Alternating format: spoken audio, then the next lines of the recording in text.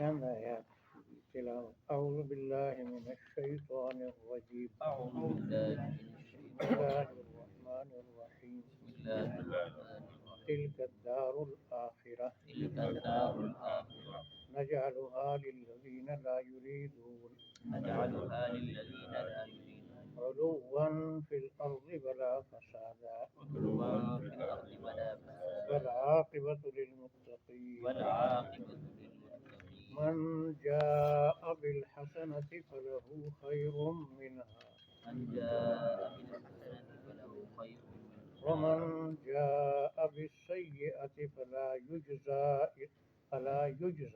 ومن جاء بالسيئة فلا يجزى الذين عملوا السيئات الذين عملوا السيئات إلا ما كانوا يعملون إلا ما كانوا يعملون إن الذي فرض عليك القرآن لرادك إلى معاد إن الذي فرض عليك القرآن لرادك إلى معاد قل ربي أعلم من جاء بالهدى ربي أعلم من جاء بالهدى ومن هو في ضلال مبين ومن هو في ضلال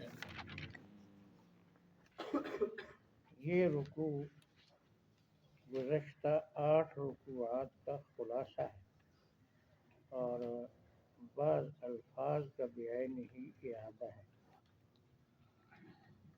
مفہوم تو ہے ہی لیکن بعض الفاظ جو گزر گیا وہ بھی اس کے اندر موجود ہیں۔ تو گزشتہ جو شروع والے 4 رکوع تھے ان میں موسیٰ علیہ السلام کا واقعہ تھا، تذکرہ تھا، پھر اسی مضمون کو حضرت صلی اللہ علیہ وسلم کے دور میں جو حالات آئے تھے ان پر فٹ کیا گیا اور دوبارہ پھر اس رکوع میں حضرت صلی اللہ علیہ وسلم کے لیے وہی باتیں دہرائی گئی جو موسیٰ علیہ السلام پر پیش آئیں۔ یہ جو کہا جاتا ہے کہ ہر صورت کی ابتدا اور اختتام اس میں صورت کا خلاصہ ہوتا ہے، اس کی بہترین اور آسان اس کا نمونہ اور مثال یہ صورت ہے۔ تو اس رکوع میں 6 چیزیں جو موسیٰ علیہ السلام کے تذکرے میں تھیں ان کا ذکر ہے، اور ایسی چیزیں جو ہیں قرآن کے حافظوں کو یا زیادہ تلاوت کرنے والوں کو اچھی طرح سمجھ آتی ہے، ان کو یہ ذہن میں ہوتا ہے کہ وہاں یہ الفاظ سے پھر یہ آگے، وہاں یہ سے پھر آگے۔ تو شروع میں تھا کہ ان فرعون علا فی الارض، وہ مصر کے علاقے میں مغرور ہو گیا، سرکش ہو گیا، سر اٹھایا۔ تو پہلی آیت میں فرمایا کہ جنت ان کے لیے ہے جو سر جھکاتے ہیں، اٹھاتے نہیں، مغرور نہیں، عاجزی کرتے ہیں۔ یہ اس کا ارادہ ہے بالکل شروع کا۔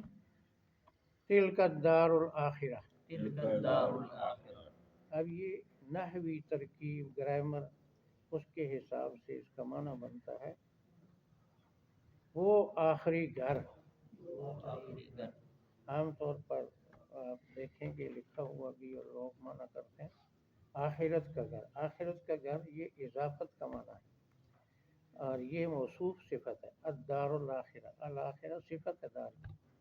آخری گھر، آخری گھر سے مراد جنت، وہ جنت جو ہے نجعلھا، نجعلھا، ہم نے اس کو خاص کر دیا ہم نے اس کو خاص کر دیا للذین، للذین، ان لوگوں کے لیے ان لوگوں کے لا یریدون علوا فی الارض ولا فسادا، لا يريدون علوا في الأرض جو ولا زمین میں غرور اور فساد کا ارادہ نہیں کرتے تو زمین میں غرور اور فساد کا ارادہ نہیں کرتے بلکہ عاجزی اور اصلاح کا ارادہ کرتے ہیں مقابلے میں۔ یہ وہ بالکل فرعون پر فٹ آئی بات، علا فی الارض، ان فرعون علا فی الارض، اس لیے تباہ ہوا۔ والعاقبۃ للمتقین، والعاقبۃ للمتقین، اور اچھا انجام پرہیزگاروں کے لیے خاص ہے۔ اور اچھا انجام پرہیزگاروں کے لیے خاص ہے۔ فرعون دماغوں کا اچھا انجام نہیں ہوتا۔ یہ لفظ دینی کتابوں میں کتبوں میں عام ہوتا ہے، العاقبۃ للمتقین، اچھا انجام، اچھا انجام دنیا میں بھی اور جنت۔ من جاء بالحسنۃ فلہ خیر منہا، من جاء بالحسنة فله خير منها. یہ اس کے یادہ ہے. موسیٰ علیہ السلام کی تفسیر میں آیا تھا کہ جو نیکی لائے گا اس کو 10 گنا ملے گا، نیکی کا ثواب کم از کم 10 گنا ملے گا. یہاں پر 10 کا ذکر نہیں، خیرون اس میں تفضیل ہے. جو نیکی لائے گا اس کو اس نیکی سے کہیں بہتر بدلہ ملے گا. جو نیکی لائے گا اس کو اس کی نیکی سے کہیں بڑھ کر بدلہ ملے اور گا. اس کی تشریح آتی ہے حدیث میں کہ کم از کم 10 گنا، پھر 700 گنا، پھر اس سے خود سورہ بقرہ میں بھی آتا ہے، ایک دانہ ڈالا 700 دانے پیدا ہوئے. اور پھر واللہ یضاعف لمن یشاء. ومن جاء بالسیئہ، ومن جاء بالسيئة، اور جو گناہ لائے گا، جو گناہ لائے گا، سب سے بڑا گناہ شرک ہے.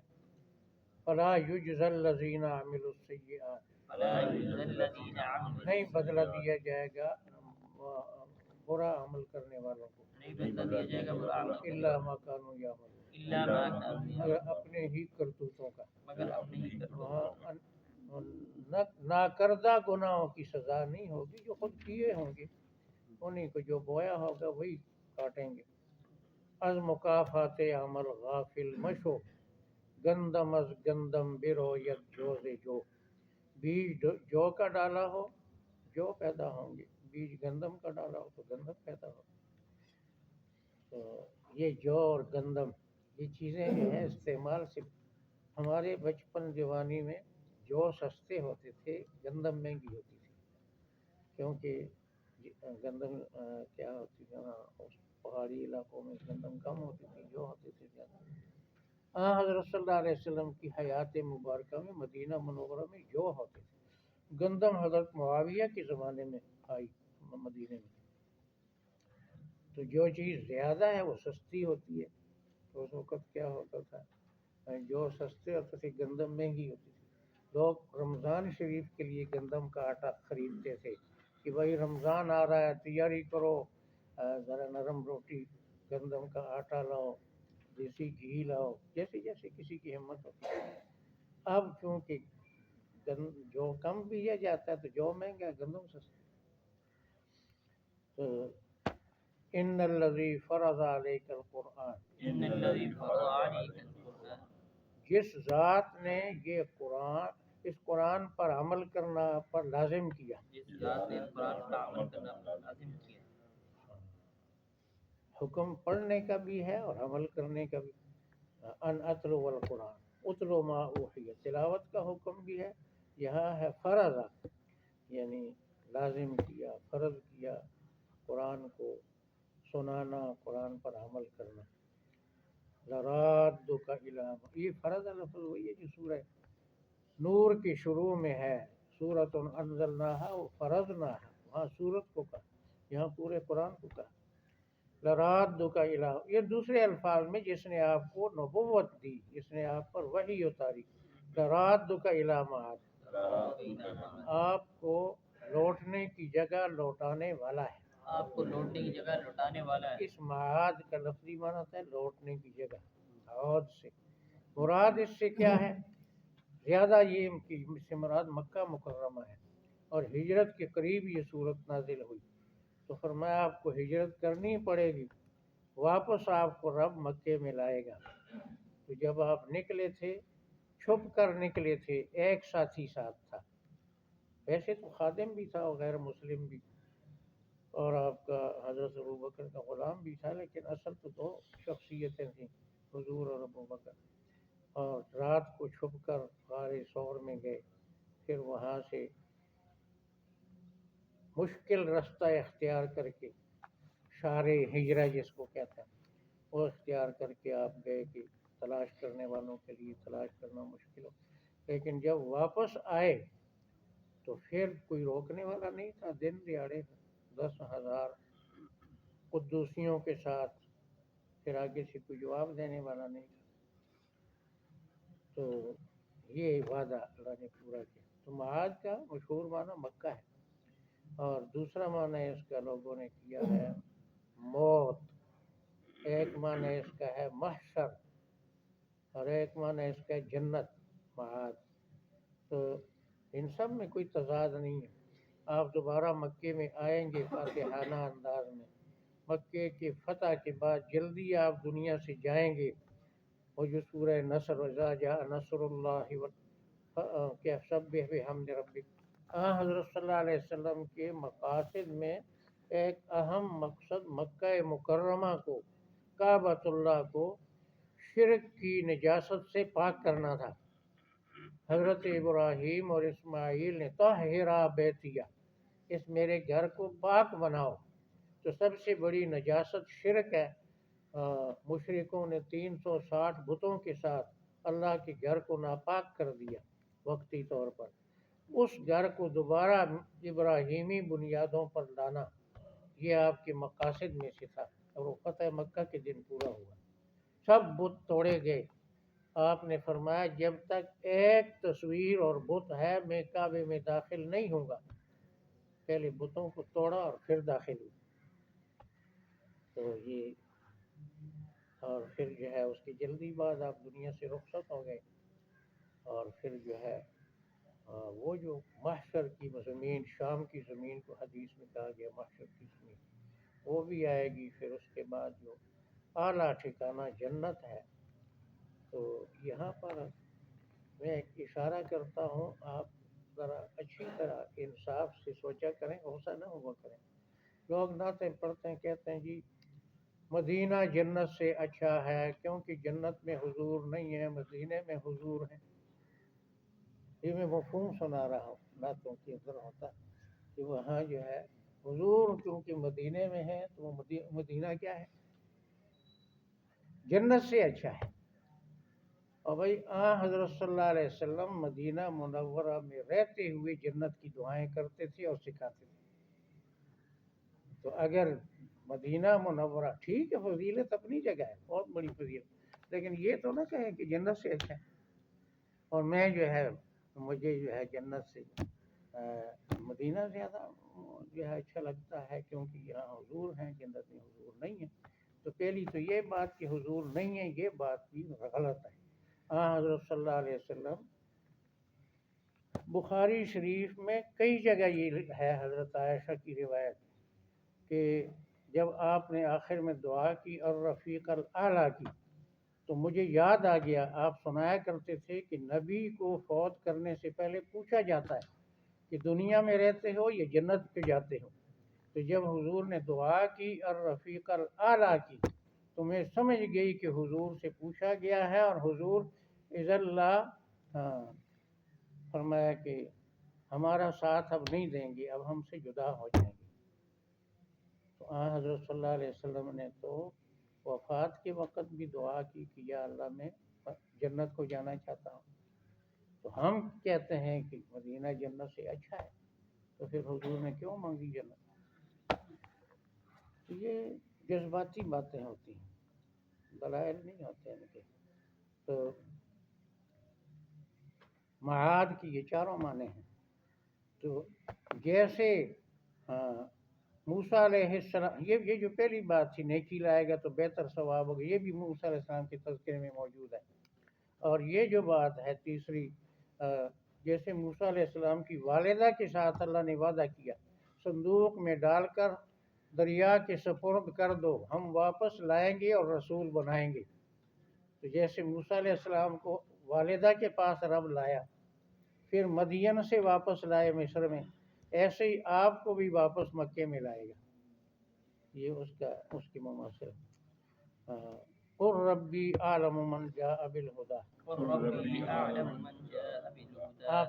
آپ یہ فرما دیں کہ میرا رب خوب پہچانتا ہے اس کو جو ہدایت لے کر آیا، ومن هو فی ضلال مبین، اور اس کو بھی جو کھلی گمراہی میں پڑا ہوا۔ بعین ہی ایسے الفاظ وہاں موسیٰ علیہ السلام کے تذکرے میں تھے، جی قال موسیٰ ربی اعلم بمن جاء بالہدیٰ من عنده ومن هو فی ضلال، یہ بالکل الفاظ تھے، یہ اس کا اعادہ ہے۔ وما كنت ترجو ان يلقى اليك الكتاب، آپ کو تو امید بھی نہیں تھی کہ آپ کی طرف کتاب بھیجی جائے گی. آپ کو امید بھی نہیں تھی کہ آپ کی کتاب بھیجی جائے گی. جیسے موسیٰ علیہ السلام آگ لینے کو گئے تھے، ان کو پتہ ہی نہیں تھا مجھے نبوت ملنے والی ہے، تو ان کو بھی پتہ نہیں تھا اللہ نے کیا دے دی نبوت دی. آپ کو بھی پتہ نہیں تھا کہ مجھے قرآن دیا جاتا ہے.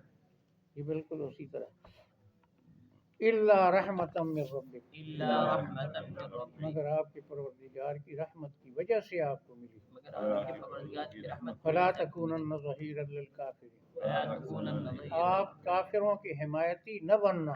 آپ کافروں کے بات یہ اس کا یاد ہے. موسیٰ علیہ السلام نے کہا تھا بما انعمت علی فلن اکون ظہیرا للمجرمین، اے اللہ تو نے مجھ پر احسان کیا، میں مجرموں کی حمایت نہیں کروں گا. یہاں فرمایا آپ حمایت نہ کرنا کافروں کی. یہ خطاب نبی کو ہے، سنایا امت کو ہے. نبی کہاں کافروں کی حمایت کرتا ہے، کہاں، یعنی امت کو کہا کافروں کی حمایت نہ کرنا. تو آج ہاں آپ دیکھ سکتے ہیں اتنے ظلم کے باوجود 58 اسلامی ممالک میں سے کسی کو یہ جرت نہیں ہوئی کہ امریکہ سے سفارتی تعلقات ہی ختم کر لیں. اس ظلم کے نتیجے میں اتنا کر لیں کہ بھئی ہمارے جب تک تم بند نہیں کرو گے اسرائیل کی مدد، ہمارا تمہارے ساتھ کوئی تعلق نہیں. کسی ایک نے بھی نہیں. جواب دینا تو بڑی بات ہے. ویسے جاگنے کا موقع ہے، بہت اچھا موقع ہے جاگنے کا موقع. ہاں، سونے سے نماز بھی فاسد ہو جاتی ہے. جی ہاں، وضو ہے. تو یہ تو چھوٹی سی بات ہے، اتنا تو کر سکتے تھے. کاروبار نہ کرو، مڑ کے مڑ کے IMF دے دو، ڈالر دے دو، قرض دے دو، سودی قرض دے دے. وہ لڑ رہے ہیں، مار رہے ہیں، یہ کہتے ہیں قرض دے دے، تھوڑے سے پیسے دے دو. بس ادھر ہے ہی نہیں. قرآن پڑھا ہو تو کوئی پتہ چلا. انہوں نے دین کب سیکھا ہے؟ جا کر شیخ کے گھر میں، پلے کالج کے چکر میں، مرے صاحب کے دفتر میں.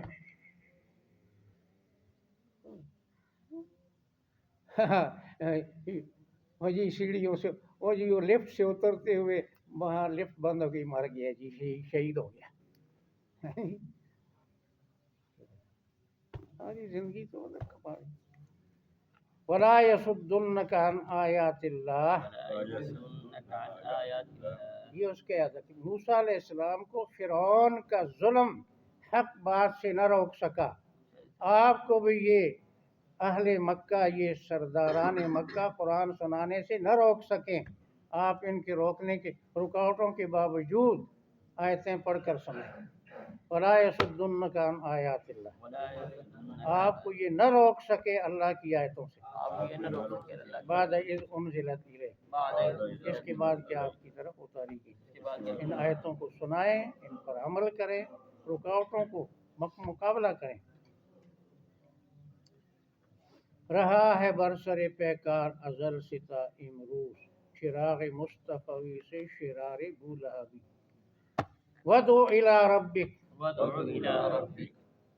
اور اپنے رب کی توحید کی دعوت دیتے رہے. دعوت دیتے رہے، عمل کریں اور دعوت دیں، دونوں کا. ولا تکونن من المشرکین، مشرکوں کا ساتھ نہ دیں. جیسے میں نے کہا امت کو خطاب ہے. اصل بظاہر الفاظ نبی کی طرف متوجہ ہیں، مفہوم امت کے لیے ہے. نبی کہاں شرک کرتا ہے، کہاں مشرکوں کا ساتھ دیتا ہے. ولا تدع مع اللہ الہا آخر، یہ اس کا یاد ہے. اننی انا اللہ لا الہ الا انا فاعبدنی وطٰہٰ میں، کہ موسیٰ علیہ السلام کو بھی کہا کہ ساری عبادت میری کرنا، شرک نہ کرنا. پھر کہا مت پکار اللہ کے ساتھ کسی اور معبود کو، اور کوئی معبود ہے ہی نہیں حقیقت میں. مت پکار. لا تدع مع اللہ الہا آخر، الہا آخر. آخر جو ہے صفت الہا نکرہ کی، کوئی بھی ہو، آسمانی، زمینی، پتھر، درخت، انسان، سورج، چاند، کچھ بھی ہو، فرشتہ ہو، کسی کو نہیں پکارنا اللہ کے بغیر. لا الہ الا ہو، لا إله إلا هو عبادت اور پکار کا اس کے سوا کوئی معبود نہیں، کوئی مستحق نہیں، کوئی مستحق عبادت نہیں اس کے سوا۔ کل شیء ہالک الا وجہہ، كل شيء هالك إلا وجهه، ہر موجود نے مٹنا ہے اللہ کی ذات کے بغیر۔ ہر موجود میں مٹنا ہے اللہ کی ذات کے وجہ کا معنی چہرہ ہوتا ہے، تو چہرہ بول کر پوری ذات مراد لی گئی۔